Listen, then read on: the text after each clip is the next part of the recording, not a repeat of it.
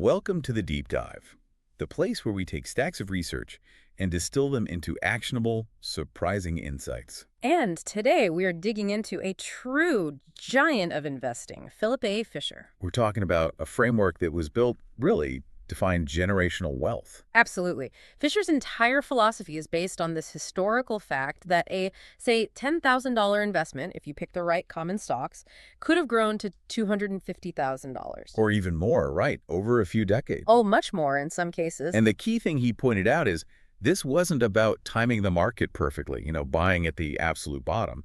This was about finding those relatively few companies with outstanding investment possibilities. That's it.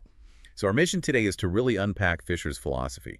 It rests on these two big pillars, his famous 15 points on what to look for, and then the method he used to find the truth, the scuttlebutt method. And his core idea is so simple, it's almost elegant.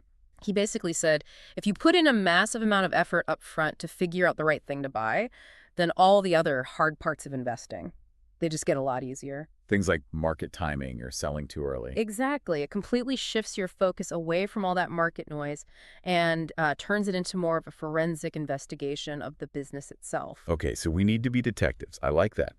Let's start with the technique then, the scuttlebutt method. I love that name. It's a great name. It's borrowed from naval tradition. It referred to the water barrel on a ship where sailors would gather and, trade news and rumors. Right, the original water cooler. Exactly. But for Fisher, scuttlebutt was the absolute antithesis of rumor. It was about finding cold, hard facts from real, informed people. And crucially, people outside of Wall Street. Yes. Verifying those fundamental parts of a business that, in his own words, can't be faked. That distinction is so critical. We're talking about avoiding the what he called the malarkey mills. The daily gossip, the speculation. Yeah. It's about grounding yourself in operational reality. And what's amazing is how well this method holds up. Yeah. I mean, it's like a quality control check that would have protected investors from modern scandals. Oh, for sure. If you had applied scuttlebutt, you would have easily sidestepped the huge blow-ups of the early 2000s. Companies like Enron, Tyco, WorldCom.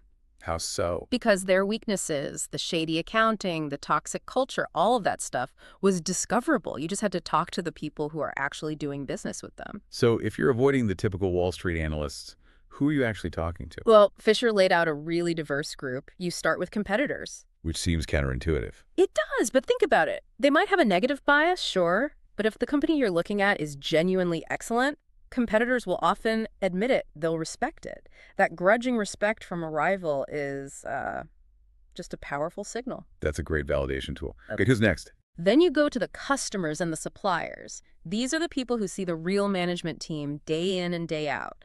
Do they pay their bills on time? Are they fair negotiators? Things you'd never hear about on an earnings call. Never. And beyond that direct chain, he also suggested talking to, say, research scientists at universities or maybe trade association executives. People with a bird's eye view of the whole industry. Right. And even former employees, so he was careful to warn about that. Yeah. You have to cross-check what they say because of, potential grievances. The key is triangulation. Getting the same positive story from three completely different sources. That's when you know you're onto something. And the power of this is that it works no matter what your investment style is.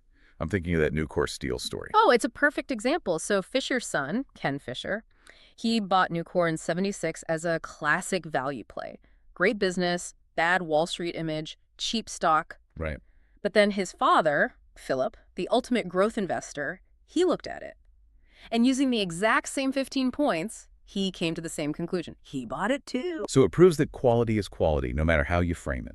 Exactly. Okay, that's a perfect transition. Let's get into the 15 points. We've grouped them by theme, so let's start with what we're calling the core growth engine. Right. Point 1 is the starting block. Does the company have products or services with enough market potential to allow for a huge increase in sales for at least several years? And he warns right away, don't confuse this with a one-time profit boost from, aggressive cost-cutting. No, the market has to be wide open for real organic growth. But a big market isn't enough if you run out of ideas. That's point 2. Yeah. Right. Management has to be determined to keep developing new products, even after that first big success. It ensures growth happens in waves, in these continuous spurts, not just one and done. His classic example was Motorola. They started with TVs. They did, and that was a huge growth spurt. But the management was smart enough to use those electronic skills to pivot into two-way communications and then semiconductors. Which had, as Fisher put it, almost unlimited growth. That's real adaptability. That's the long-term vision he looked for. So that brings us to the actual nuts and bolts of innovation. Point 5, a worthwhile profit margin. Right. Sales growth is just a vanity metric if the profits aren't growing along with it. The best companies, they usually have these broad, above-average margins for their industry. But there's a really important exception to that, a caveat about low margins. There is, and it's key. A low margin is okay. In fact, it can be a sign of genius, but only if it's deliberately engineered to fuel future growth. Meaning management is actively choosing to plow potential profits back into the business. Exactly. Into R&D, new factories, heavy sales promotion. If the low margin is just because they're inefficient, then the company is weak and it's really vulnerable in a downturn. Which leads right into point 6. What is the company doing to maintain or even improve those margins over time? Yeah, you can't just keep raising prices. With costs for labor and materials always going up, management has to be obsessed with improving efficiency. Okay, we have a great product with growing sales and healthy margins, but you still need to sell it. Let's talk about the people, starting with the sales force. Point 4. Does the company have an above-average sales organization? This is vital. He had some great examples here. Dow Chemical, which he loved, they selected and trained their salespeople with the same care they used for their research chemists. Wow. And at IBM, an executive told him that their average salesperson spent about a third of their time in company-sponsored training just to keep up with the technology. That's a serious commitment. Okay, so we've covered the product and the financials. Now let's get into what might be the most critical part, the part where scuttlebutt is most essential, the people factor. This is where it all comes together, the management and the culture. Let's start with point 7, labor and personnel relations. And this is so much more than just avoiding strikes. Good relations, they lead directly to higher productivity, lower turnover, better work. You have to look at management's attitude, right? Do they see their workers as assets to be valued or just, costs on a spreadsheet? Precisely. Which connects to point 9, depth of management. The company has to be able to survive its founder. It has to move beyond that one-man show model. This means delegation, promoting from within, and having a real succession plan. Motorola comes up again here. It does. They set up an executive institute in Arizona back in 1967, specifically to train and evaluate high-potential people for top jobs. They were literally growing their own talent. That's incredible foresight. Now, what about management's relationship with the owners, with the stockholders? That's point 12, having a long-range outlook on profits. Meaning they're willing to sacrifice some profit today for a stronger business tomorrow. Exactly. A great manager might, for instance, pay a supplier more than the contract price to make sure they have a reliable source of parts down the road. Or go the extra mile to help a longtime customer, even if it costs them in that quarter. Those decisions hurt short-term earnings, but they build loyalty and stability for a decade. It's about playing the long game. And the foundation for all of this, the final point, point 15, is integrity. Unquestionable integrity. It's the absolute bedrock. Fisher warned that executives can, without ever breaking the law, enrich themselves at the stockholders' expense. Through things like excessive stock options or special deals for relatives. All sorts of things. If that integrity isn't there, none of the other 14 points matter.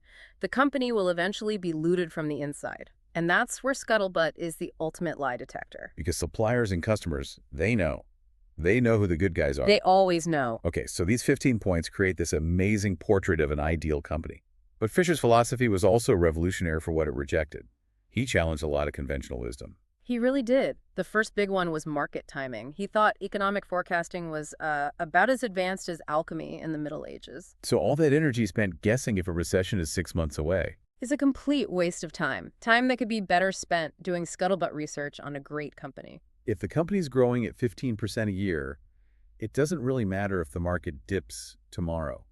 You're holding it for the long run anyway. That's the mindset. And this leads to his second big challenge, what he called the illusion of price.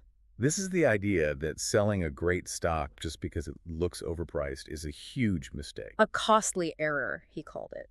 His argument was that the further out you can project a company's profit growth, the higher the PE ratio you can afford to pay today.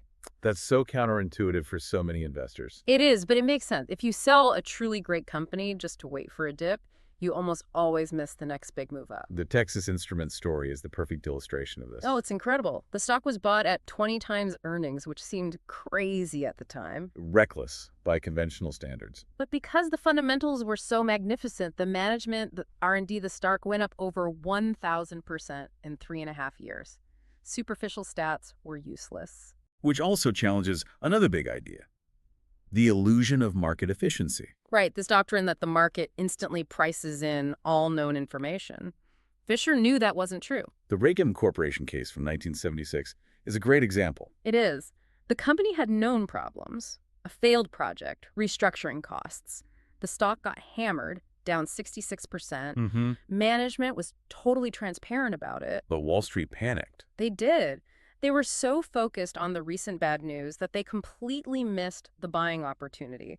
The facts were all there, but it took months for the market to catch up with the company's underlying value. And finally, let's talk about portfolio construction. Yeah, Fisher was not a fan of over-diversification. not at all. He basically warned you not to put your eggs in so many baskets that you can't watch any of them properly. He even said that holding more than 20 stocks is often a sign of financial incompetence. It's an aggressive statement, but the logic is sound. If you're doing the kind of deep forensic scuttlebutt research he demands, you just don't have time to keep that level of vigilance on 20 or 30 companies. So 10 or 12 really well-researched stocks is much better. Far better.